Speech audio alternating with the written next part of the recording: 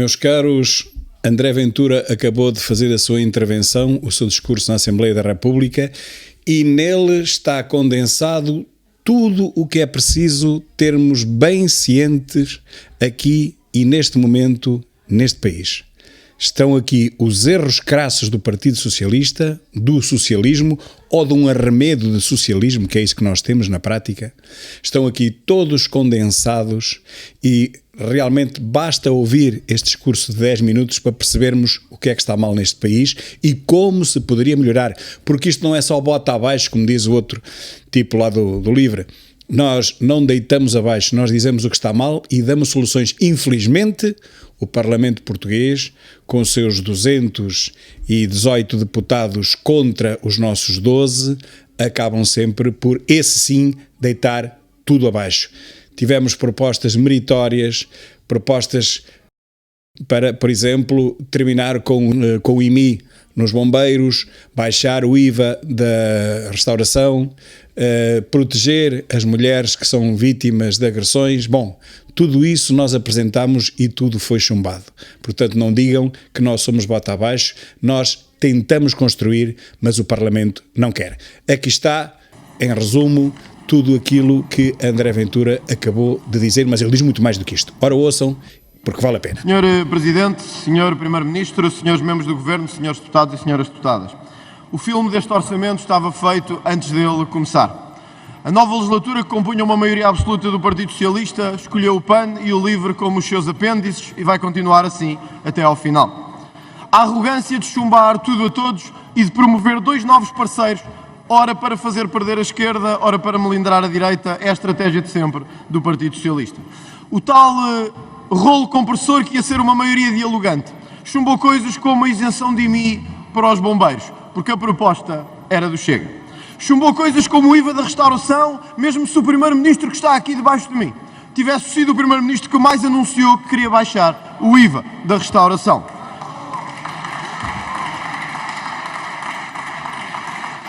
Imaginem, senhoras e senhores, que chumbou até o privilégio que políticos hoje têm de acumular pensões vitalícias com as suas pensões de reforma. Chumbou o Partido Socialista. Para quem está em casa, saber de que falo. Eduardo Ferro Rodrigues, antigo Presidente da Assembleia da República, que provavelmente nos está a ver em casa e que eu saúdo a partir daqui do plenário, tem uma pensão de 3.400 euros por mês. Ouviram bem? 3.400 euros por mês. A que acresce uma subvenção vitalícia perpétua e permanente de 2.635 euros. No total, Eduardo Ferro Rodrigues recebe por mês dos contribuintes mais de 6.000 euros todos os meses.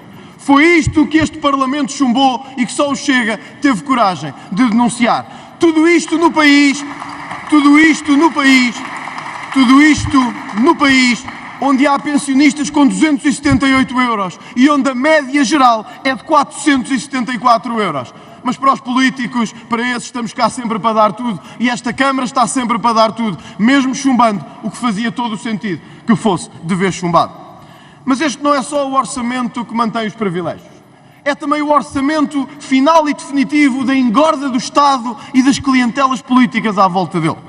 É o orçamento que não conseguiu dar às famílias nem às empresas, mas conseguiu dar aos mesmos de sempre, ao Governo, aos seus apêndices, à administração pública e àqueles que vivem ao lado do sistema político. Hoje muitos portugueses perguntam-se assim em casa: por que não conseguimos baixar o IVA da restauração num dos momentos mais difíceis da sua vida? Por que não conseguimos baixar o IVA dos combustíveis no momento em que os portugueses vão à bomba de gasolina e deixam quase uma parte enorme do salário nessa bomba de gasolina? Sabem porquê? Pela mesma razão de sempre. Porque estamos a alimentar o maior governo da história e estamos a alimentar um conjunto de pessoas que não quer fazer nada em Portugal. Este, Sr. Presidente, é o orçamento das contradições e dos absurdos. Um governo que no orçamento tem milhares de euros gastos em carros e em motoristas, mas não consegue acabar com as portagens para o transporte de doentes feito pelos bombeiros. Vejam a contradição de país, em que temos cada vez mais carros e cada vez mais carrinhas ao serviço do Estado e não isentamos de portagens aqueles que transportam doentes todos os dias. é o país ao contrário. É aquele país que mantém subvenções vitalícias, mas chumbou à mão do PS o complemento especial aos antigos combatentes que lutaram por este país e que fizeram deste país o que ele é hoje. É este país curioso. É um país ao contrário. Um país ao contrário do que devia ser. Em que os polícias, muitos dos que aqui estão, também em serviço, vão agora receber dinheiro para ter formações LGBTI, mas não têm condições de ter um subsídio de risco digno para o exercício da sua tarefa e do seu trabalho. Vejam o que é importante para o governo socialista. Dinheiro para ter formação LGBTI, mas não há dinheiro para um subsídio de risco por quem todos os dias dá a vida por nós. Este é o tal país ao contrário do governo socialista. É o governo socialista em que este primeiro-ministro se desloca, às vezes de uniforme militar, às vezes sem uniforme militar, à Ucrânia, para anunciar 250 milhões de euros para distribuir por ajudas. Todos somos e queremos ser solidários com a Ucrânia. Mas não podemos andar pelo mundo fora a dar 250, 300 e 400 milhões e não ter dinheiro para os pensionistas portugueses ou não ter dinheiro para os consumidores e para aqueles que vivem em Portugal a trabalhar. É isto que este governo tem de compreender.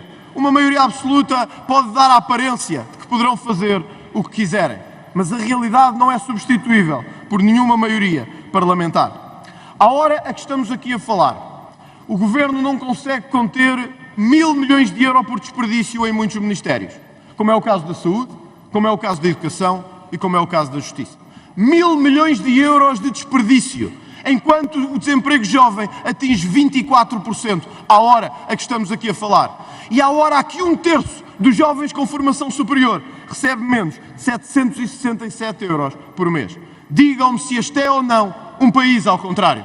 O país que diz, sim senhor, podemos manter todos estes privilégios, podemos engordar a máquina do Estado, podemos engordar aqueles que vivem à conta da máquina do Estado e na máquina política, mas os nossos jovens, o melhor é emigrarem, porque é aí que podem ter um futuro. É o contrário do que devia ser feito em Portugal.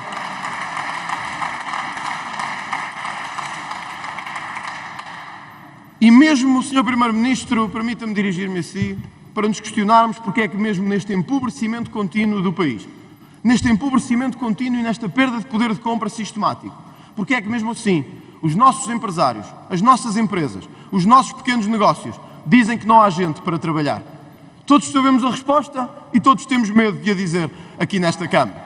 Porque é que neste empobrecimento sistemático, nesta perda de rendimentos constante, há tanta falta e tanta gente que não quer trabalhar? Porque é que as empresas e os negócios continuam sem gente para trabalhar? E todos sabemos porquê. E a aliança entre o PS e o LIVRE aqui no Parlamento ficou clara. Subsídios para toda a gente, quer os que queiram trabalhar, quer os que não queiram trabalhar. Subsídios, ganhem eles o que ganharem. E até projetos piloto para semanas de 4 dias de trabalho.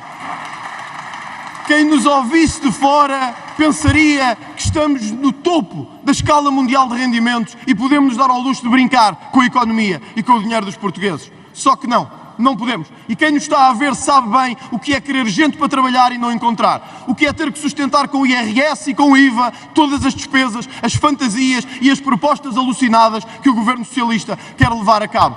Este é o país que não tarda muito a aprovar um rendimento básico universal para todos. E ainda acabaremos a pagar, provavelmente, ao José Sócrates qualquer coisa, porque, na verdade, ele até é um bom cidadão, apesar de ter aldrabado o nosso primeiro-ministro. Meus caros, o que temos hoje em Portugal é algo provavelmente nunca visto e que dificilmente se verá noutros países da União Europeia. Mas enquanto não compreendermos que não é o Estado, que não são as clientelas políticas, que não é os cargos nomeados pela administração pública, enquanto não compreendermos que não é esses que temos de apoiar, que não é esses que temos de estar sempre a subsidiar, que não é esses que temos de estar sempre a dar a mão, o país nunca terá a energia que precisa para recuperar do caminho que estamos a fazer. Hoje, finalmente, o Sr. Ministro das Finanças dignou-se vir à Câmara. E dignou-se vir, não sei se de Bruxelas, se de outro sítio qualquer, para assistir à votação e à coroação do orçamento com uma maioria absoluta. Mas à hora a que se senta aqui Fernando Medina, sabe que temos a 12ª maior dívida pública do mundo. Sabe também que corremos o risco de nos tornarmos no 3º país mais pobre da União Europeia. E é isso que o Governo aqui vem dizer, ao mesmo tempo que quer semanas de 4 dias de trabalho, subsídios para quem não quer trabalhar e o contínuo engordar da máquina do Estado. Muitos portugueses hoje em casa perguntam-se por isso. Será que estamos no bom caminho? É evidente que não estamos no bom caminho. Estamos no caminho da bancarrota. Estamos no caminho da destruição. E eu tenho quase a certeza, mesmo sem ter que ler nas estrelas, que este governo nos vai levar à mesma bancarrota que o último governo socialista nos levou e que nós cá estaremos para pagar depois. Senhor Presidente e Senhor Primeiro-Ministro, senhores deputados, o que ficou claro no orçamento foi isto. O PS aprovou propostas de todos os partidos, dos seus novos parceiros, e só houve um partido de quem chumbou todas as propostas. Esse partido foi o Chega. E a nós isso não é currículo nem cadastro. É um enorme orgulho de saber que hoje só há um partido nesta Câmara que enfrenta efetivamente o Partido Socialista. E isso é um orgulho enorme de poder dizer. Por isso termino, Sr. Presidente, com uma frase de Francisco Sá Carneiro adaptada.